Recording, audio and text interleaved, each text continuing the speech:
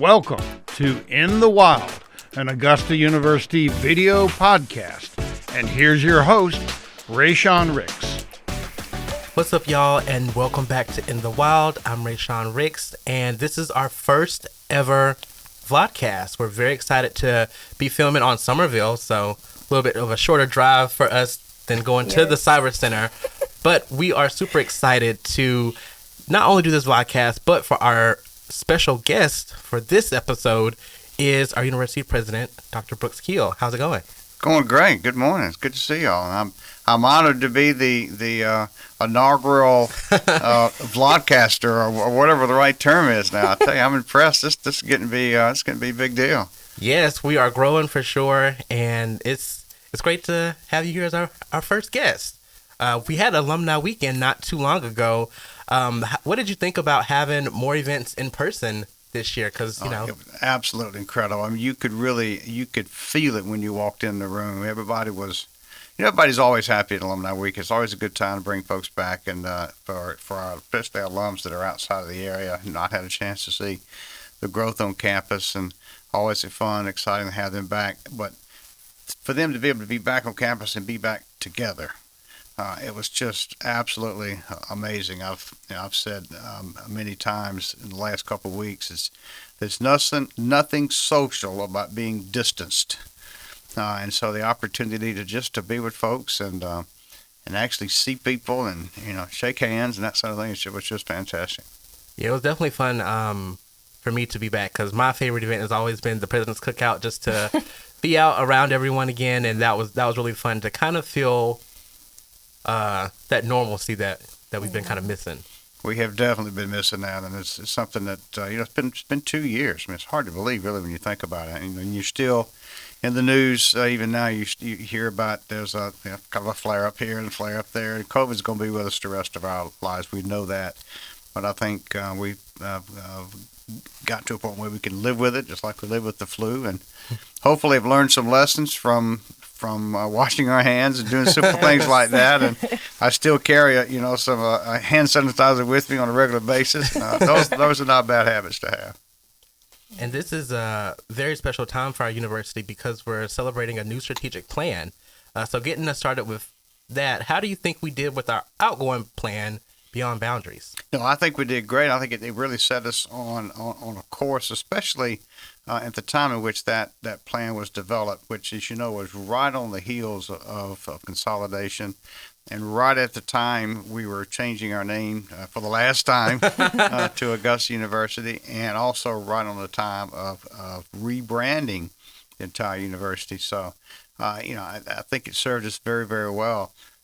Strategic. If you do any sort of strategic planning much beyond 5 years, you're really sort of getting into no man's land, really, in terms of really being able to predict what do you need to do, what the landscape going to be like. So that was about a 5-year plan. It's time for another one, and I'm really, really excited about this one. So, President Keel, what was the inspiration behind the Beyond Boundaries plan, or what was the story behind the name? You'll have to ask my predecessor. That it was sort of in place when I came here, and we built on that, which I also think was another great opportunity for us to create this particular plan. And I've said many times before as well. People kind of shocked by this, but I've never really been a huge fan of strategic planning, and I'll tell you why in a minute. For everybody, haircut your body, freak out. I've been in a lot of institutions. Have been blessed to have been in a lot of institutions, great institutions, big institutions, small institutions, and I think just about every one of them while I was there went through a strategic planning process. And although it's important, it brings people together, and you talk about where you think the university needs to go. The plan gets written up in a nice book, it gets put on the shelf, and it's forgotten about for about 5 years until people say, "Hey, it's time to do another one," So you do another one.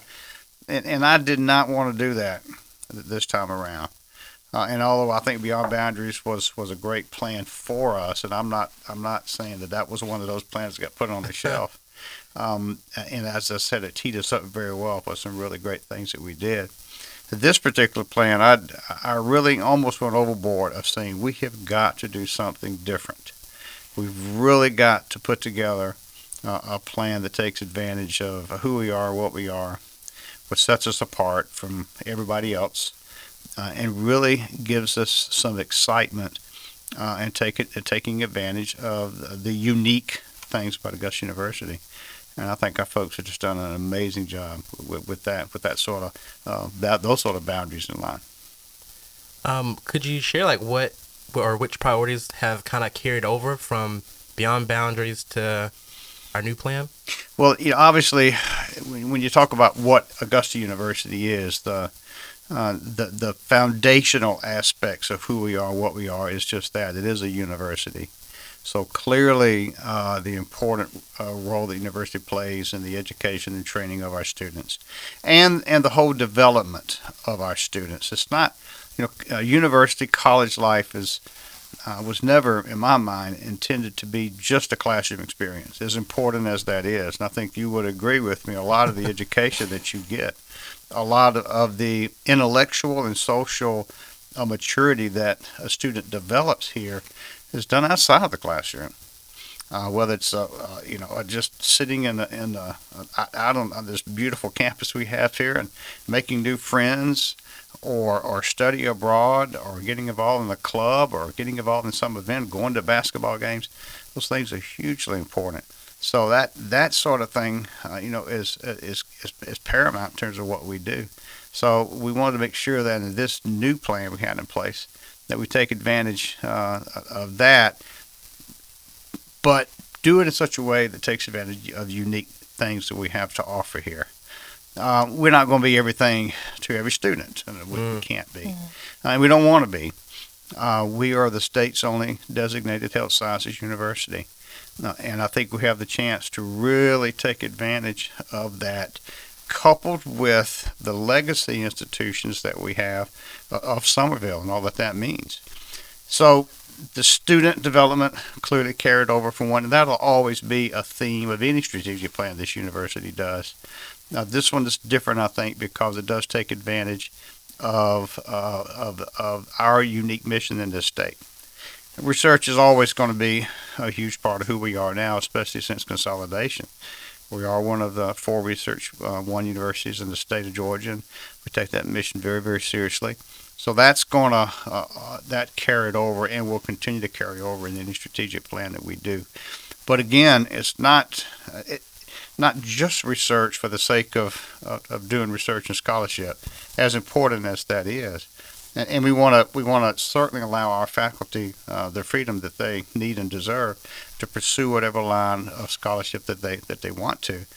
But overall, I think we need to take advantage again of what we can do differently. How can we bridge art and science? How can we bridge humanities and medicine? How can we bridge cybersecurity and social sciences and what all that means?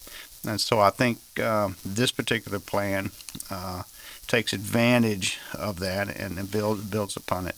And then lastly, patient care and all the aspects of patient care, because we are the only public academic medical center in the state. That's always going to carry forward. I think it's carried forward again in very unique ways here. So, a long answer to your question. It's an important question, a very, very, very good one. Yeah, I mean, and that makes sense because we have a lot of things going on here. So, a long answer kind of covered everything. I'm about to put you out of business, right? But I liked how you said you're trying to, connect like humanities with health science. I really like that a university is not just focused on like health science, because I'm a comm major. I'm on the in the Pamplin College, so I really like that Augusta University is really pushing for diversifying different courses here and having different opportunities for students. And I think that's really what sets Augusta University apart from other colleges, not just in the state of Georgia, but in the United States and worldwide as well, because you see a lot of students are looking for different pathways as far as careers. We are creating new careers faster than ever. So I really like that Augusta University is offering different avenues and different career pathways. It's really awesome. It is, and that's going to be a key to who we are, what we are, and I think it's also going to make us more competitive. I mean, we are one of 26 universities in this state, And every single one of those universities has the basic core programs and basic core degrees. And we got 26 really good universities in the state, so we're competing with a lot of others for our students, and we're competing with other great universities in the southeastern United States, the U.S. and beyond. So to your point, when it's critical that we do that. We're always going to offer those basic degrees for students, and I don't want this to be only for students who have to find a way to bridge art and science. But because you may have students who only want to focus on art and don't care about science, you have students who only want to focus on science and don't care about art. That's cool. But the opportunity for students to say, why is Augusta University art and science different? Well, because we have creative ways of merging the two together. That, I think, makes us unique. It's going to bring students in. What's exciting to me is our faculty are on their own are beginning to think, how can we merge these two together? This is not forced from the administration down. That never works. Our faculty are coming up with incredibly creative ways of bridging these things. That turns into incredibly creative programs for our students. We just got a degree approved just recently in digital and visual storytelling. I mean, you kind of go, that's an odd name for a degree, but if you think about it, you go, man, that's really cool. And it takes a lot of things in film and creative writing and visual performing arts and puts it on your cell phone. And then it brings in marketing and how do businesses use social media and yourself and the cell phone and that platform to tell their story to bring more customers in. So it opens up a whole avenue of students in that particular area.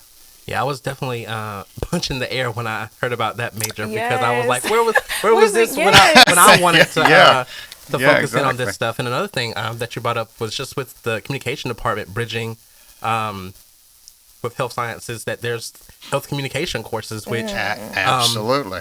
At first, because I had took one of the first ones that I had never thought of before. Never thought of how the way we communicate in the healthcare system would be different than how we communicate and focus on different in different areas like that. So yeah, I think we're doing a great job of bridging that gap for students and be in service for all, because some are like me who wanted to go into health sciences and then realized after taking biology 1107 that, hey, studying science is not for me. Not for everybody. So, and I was always interested in science, which is why I wanted to become a nurse, but found out that wasn't for me. But now you have ways to bridge that to what we're doing right here today. Yeah. You're just taking advantage of the skills that you've learned in communication and applying it to telling the story of science. So, I mean, that's nothing could be better than that.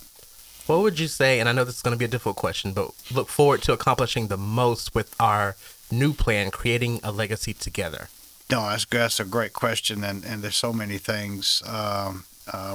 Bringing in more students, advancing our research, and bridging that into greater quality care for patients.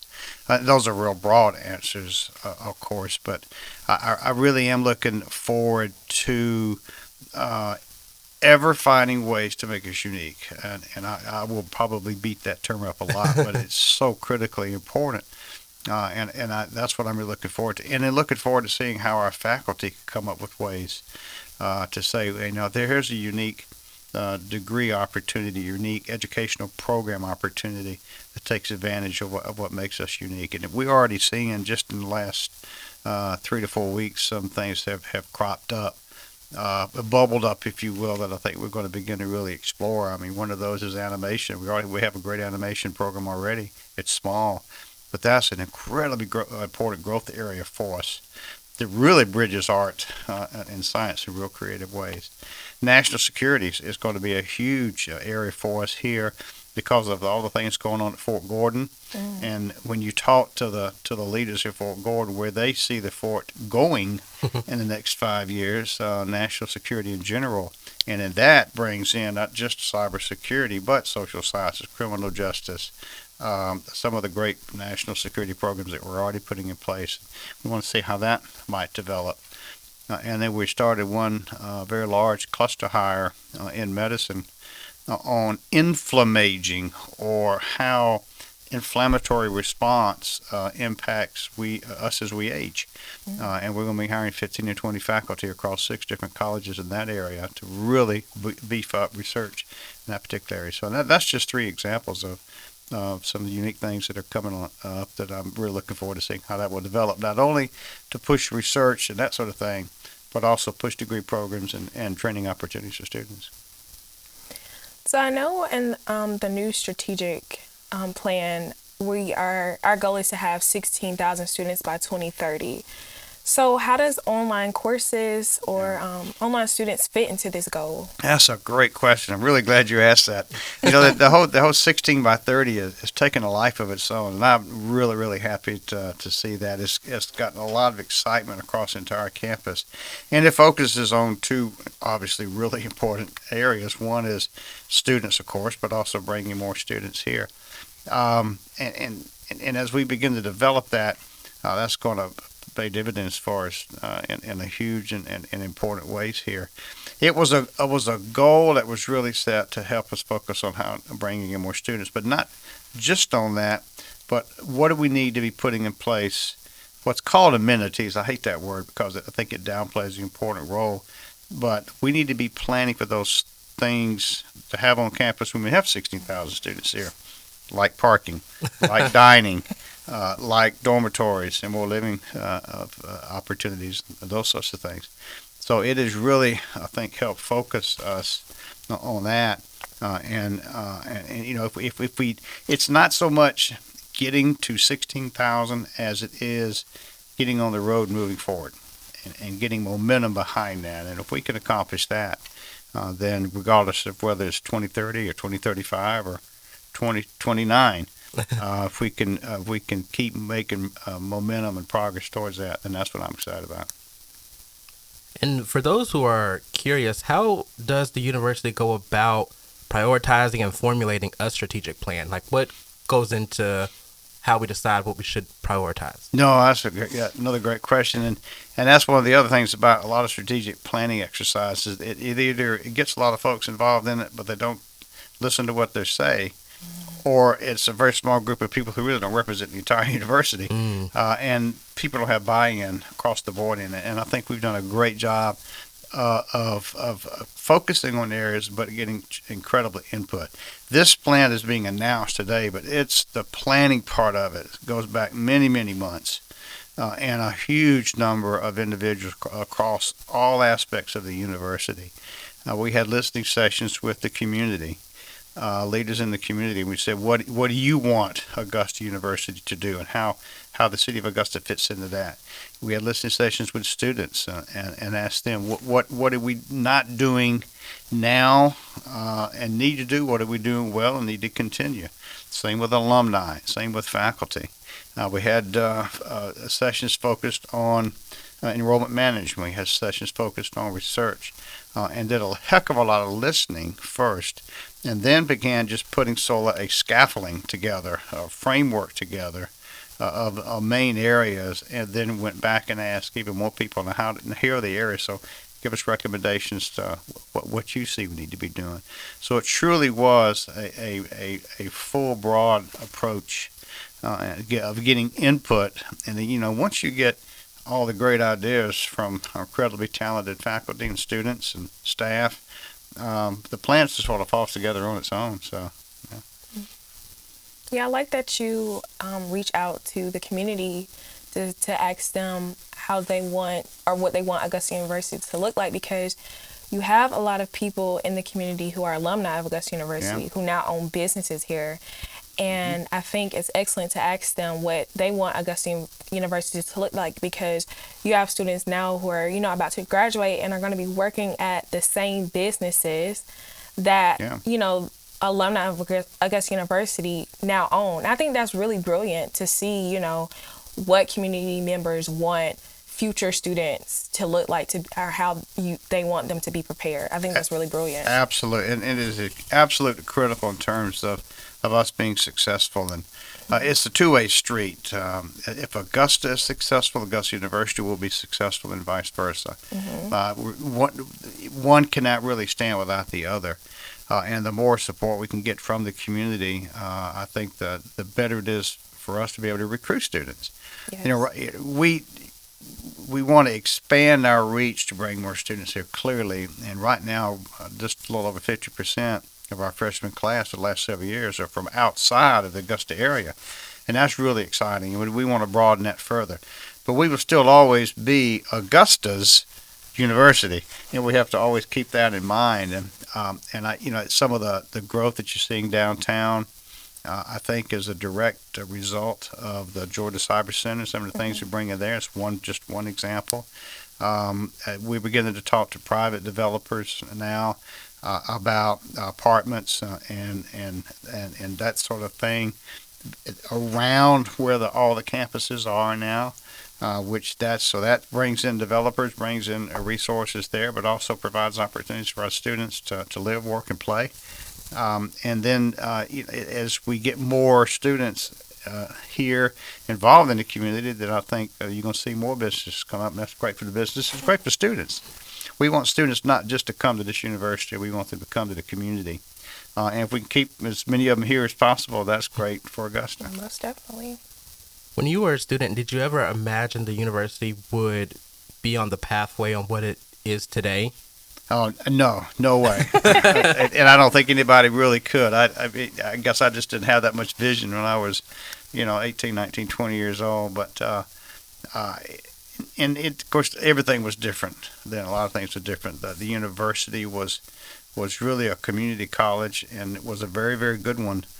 And I had the advantage, of course, of going to both universities, so I saw what was here on this campus, and I saw what was at the medical college. I would have never dreamed that those two universities would be joined together. In fact, I distinctly remember being at Georgia Southern when the announcement came out that this was going to be merged, and I said, "What in the world are they thinking?" I mean, you can't take two more diverse, different universities from every aspect you can think of it and bring them together. I said, this is not going to work. Well, it's worked beautifully. Yeah, it really has. And so, no, there's no way I could have envisioned that, and no way I could have envisioned where it was going. And you were a double jack, so you got to experience both campuses. So I did, absolutely. Yeah, in fact, I was, born and raised here in Augusta. I went from first grade all the way through graduate school here before I left. And when I first came back to Georgia and got the position at Georgia Southern, I was thinking, wow, I have come home. I figured that's, again, hour and a half about as close as I'm going to get to where I was born and raised. Never thinking that this position would come available, and certainly never thinking that I'd be able to have an opportunity to be here. So things have a way of working out, and, you always have to be prepared when doors open. And sometimes they slam in your face, but if you don't take a chance, then you're not going to get where you need to be. Yeah. So I'm curious, when you were a student, what were you involved in on campus? I was a member of Pi Kappa Phi fraternity. That was, again, it was a commuter college. There were no dormitories here. It was very much sort of people lived at home or lived around and drove in and out. That was sort of my social sphere. Was out there at that time? There was only one fraternity when I first started here. There were two sororities, AD Pi and Zeta Tau Alpha, and so that was sort of our opportunity to socialize. And I was the president of that fraternity, what's called Archon, and social chairman, and so we had a fraternity house off of Central Avenue, and that's sort of how we socialized. I didn't know that, so that's nice to know that you were pretty active while you were here. And then last question before we let you go, what would you recommend for new students and returning students who want to create a legacy here? Great question. God, there's so much I could recommend. I never want to miss the opportunity to make a recommendation for students who need help of any kind to seek help. It could be minor things or major things. We have the facilities here on campus to help students. If they're mental health issues, we we need students to say, I need help. Let's get help. If you're struggling with a course, go to the faculty. I need some help with this. There are tutors available. There are learning opportunities here. We want to help you be successful. And take advantage of the things this university has to offer. Take advantage of those things outside of the classroom. Go to basketball games. Go to volleyball games, baseball, all that sort of thing. We have such a rich cultural environment here. Find out when your fellow students are doing a recital, and just pop your head and performing arts scene and just listen and see the incredible talent they have. And experience what the entire university has to offer. Thank you so much, Dr. Keel, for being here. And for everyone listening, I hope you take the time to look up the strategic plan in full detail. It's online now. The link is in the description of the podcast episode. So have your way with that. Well, thank you very much for having me. Appreciate being your inaugural vlogger, or whatever the right term is, and look forward to seeing where this goes. So go Jags.